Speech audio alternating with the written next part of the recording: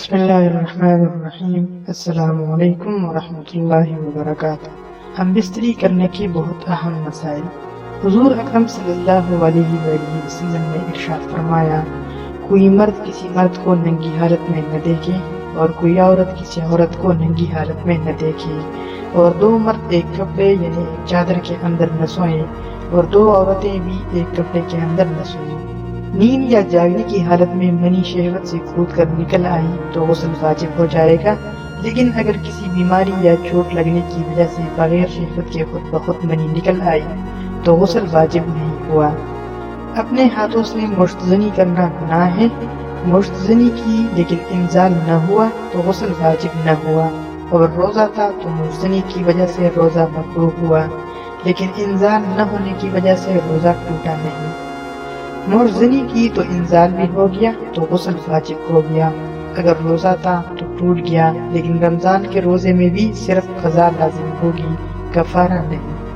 ام المؤمنین حضرت ام سلمہ رضی اللہ عنہا سے روایت ہے کہ جب کسی بھی زوجہ مطہرہ کی آنکھ میں درد ہوتا تھا، آنکھ دکھتی تو رسول اللہ صلی اللہ علیہ وآلہ وسلم اس سے ہم بستری نہ کرتے جب تک تندرست نہ ہو جائے۔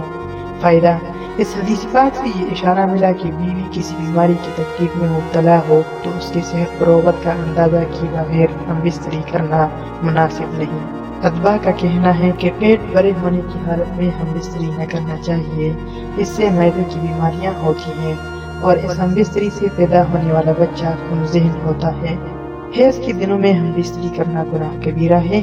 جن دنوں میں بیوی کو حیض یا نفاس کی ناپاکی ہو، ان دنوں میں بیوی کے ناپ سے گھٹنوں تک ننگی حالت میں فائدہ لینا جائز نہیں۔ بیوی نے ناپ سے گھٹنوں تک کپڑا پہنا ہوا ہو، باقی جسم ننگا ہو تو درست ہے۔ حیض کے دنوں میں مرد کی شہوت کنٹرول سے باہر ہو جائے تو بیوی اپنے شوہر کی مززنی کر سکتی ہے، البتہ مرد خود اپنے ہاتھ سے مززنی نہ کرے۔ شوہر جب ہم بستری کے لیے بلائے تو ہم بستری کو برداشت کرنے کی طاقت کے باوجود بیوی کا ٹال مٹول کرنا جائز نہیں۔ حضرت ابو ہریرہ رضی اللہ عنہ کہتے ہیں کہ رسول اللہ صلی اللہ علیہ وآلہ وسلم نے فرمایا کہ جب آدمی اپنی بیوی کو اپنے بستر کی طرف بلائے، پھر عورت نے انکار کر دیا اور شوہر نے اسی طرح ناراضگی کی حالت میں رات بسر کی تو فرشتے اس عورت پر صبح تک لعنت بھیجتے رہتے ہیں۔ بیوی کو حیض، نفاس، بیماری وغیرہ جیسی کوئی مجبوری نہ ہو، اس کے باوجود ہم بستری سے منع کریں اور شوہر کو شہوت کا غلبہ ہو تو بیوی سے زبردستی ہم بستری کرنا جائز ہے۔ اگر شوہر کو بار بار ہم بستری کرنے کا تقاضا ہو جس کو بیوی برداشت نہ کر پاتی ہو اور اس سے اس کی صحت کے نقصان پہنچنے کا خطرہ ہو تو شوہر کے لیے بیوی کی طاقت سے زیادہ ہم بستری کرنا جائز نہیں۔ سمجھدار بچے قریب میں سوئے ہوئے ہوں تو اس جگہ ہم بستری نہ کرنی چاہیے۔ میاں بیوی ایک دوسرے کی شرمگاہ کو دیکھ سکتے ہیں لیکن نہ دیکھنا بہتر ہے۔ اپنی یا دوسری کی شرمگاہ ننگی حالت میں دیکھنے سے وضو نہیں ٹوٹتا، شرمگاہ کو ہاتھ لگانے سے وضو نہیں ٹوٹتا۔ شہوت آنے سے شرمگاہ یعنی پیشاب والی جگہ سے جو پانی کی طرح لہرزدار قطرے نکل آتے ہیں اس کو مزی کہا جاتا ہے، اس سے صرف وضو ٹوٹ جاتا ہے، غسل واجب نہیں ہوتا۔ حضور صلی اللہ علیہ وآلہ وسلم نے فرمایا، کوئی شخص جانور کی طرح بیوی پر نہ جا پڑے، یعنی ابتدا میں بوس و کنار پیار محبت کے بغیر جانور کی طرح ڈائریکٹ بس وضو داخل نہ کرے، بلکہ اس کو چاہیے کہ پہلے بوس و کنار اور آہستہ بات چیت سے آمادہ کرے۔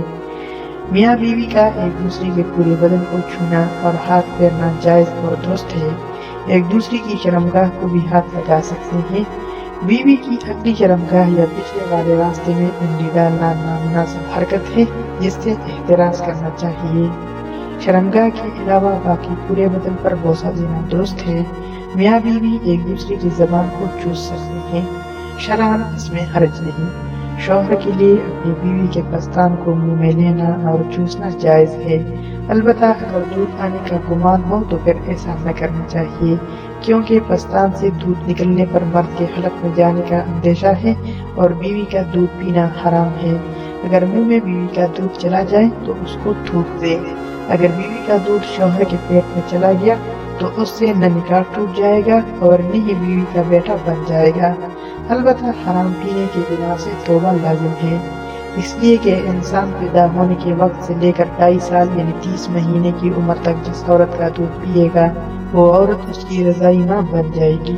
بچے کی عمر 30 ماہ سے 1 دن بھی زیادہ ہو جائے گی تو اب کسی بھی عورت کا دودھ پلانا حرام ہے، اور اب اگر کسی بھی عورت کا دودھ پیے گا تو وہ اس کی ماں نہ بن جائے گی۔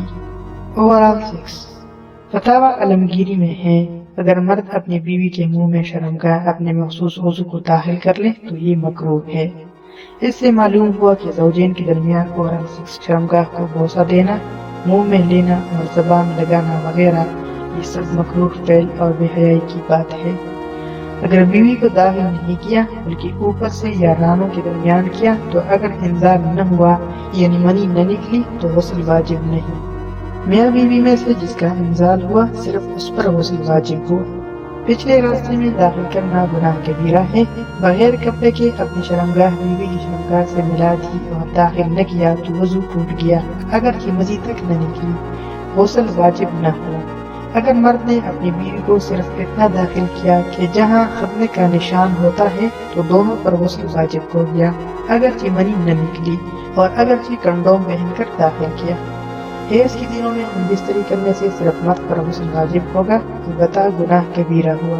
ہم بستری جس بھی ایکشن میں کرنا چاہو کر سکتے ہو، یعنی جس طریقے سے بھی ہم بستری کرنا چاہتے ہو تو کر سکتے ہو، بس صرف ایک ہی بات کی پابندی ہے کہ ہم بستری صرف آگے والے راستے میں کی جائے، خانہ والے راستے میں کرنا گناہ کبیرہ ہے۔ اخبار کا کہنا ہے کہ کھڑے ہو کر صحبت کرنے سے اگرچہ مزہ زیادہ آتا ہو لیکن اس سے کمزوری بھی ہوتی ہے اور رافعہ کا مرض بھی ہو سکتا ہے۔ مرد سیدھا چت لیٹ جائے اور عورت اوپر بیٹھے۔ ادبا کا کہنا ہے کہ ہم بستری کے اس طریقے میں مرد کے لیے نقصان ہے۔ اگر مکمل روشنی میں مکمل ننگے ہو کر شرمگاہ کو دیکھتے ہوئے ہم بستری کی جائے تو اس سے اولاد بے حیا پیدا ہوتی ہے، اس لیے ایسا کرنا بہتر نہیں۔ بہت ہلکی روشنی زیرو بلب ہو، ضرورت کے مطابق کپڑے اتارے جائے، یا مکمل ننگے ہو تو اوپر چادر ہو۔ ابو لیث نے اپنی کتاب بستان میں لکھا ہے کہ ہم بستری کے وقت زیادہ بات نہ کی جائے، اس سے اندیشہ ہے کہ بچہ گونگا پیدا ہوگا۔ بیوی سے ہم بستری کے وقت کسی اور غیر محرم عورت کا ذہن میں تصور کرنا گناہ ہے۔ جب مرد کو انزال ہو جائے تو بہتر یہ ہے کہ فوراً نہ ہٹے بلکہ اسی طرح کوئی دیر ٹہلا رہے تاکہ عورت کا مطلب بھی پورا ہو جائے، کیونکہ بعض عورتوں کو انزال دیر میں ہوتا ہے۔ عزل کرنا یعنی مرد اپنی منی عورت کے رحم کے اندر نہ پہنچنے دے۔ پہلی وجہ، اگر فیملی پلاننگ یا رزق کی تنگی کے خوف سے عزل کیا جائے تو جائز نہیں۔ دوسری وجہ، اگر ایسی کوئی سوچ نہ ہو لیکن کوئی مجبوری بھی نہ ہو، اسی ہی خواہ مخواہ عزل کرے تو مکروہ ہے۔ تیسری وجہ، اگر کوئی مجبوری ہو بیوی یا چھوٹے بچے کی صحت کے لیے تو بیوی کی اجازت سے عزل کرے تو صحیح ہے۔ جب عزل کرنا آپ کے لیے جائز ہو تو 3 طریقوں میں سے جیسے چاہے عزل کرے۔ پہلا طریقہ، مرد بستری کے آخر میں فراغت کے وقت عضو باہر نکال دے تاکہ منی باہر خارج ہو۔ دوسرا طریقہ، فراغت سے کچھ پہلے شوہر عضو باہر نکال دے اور بیوی اپنے ہاتھوں سے شوہر کو فارغ کرا دے۔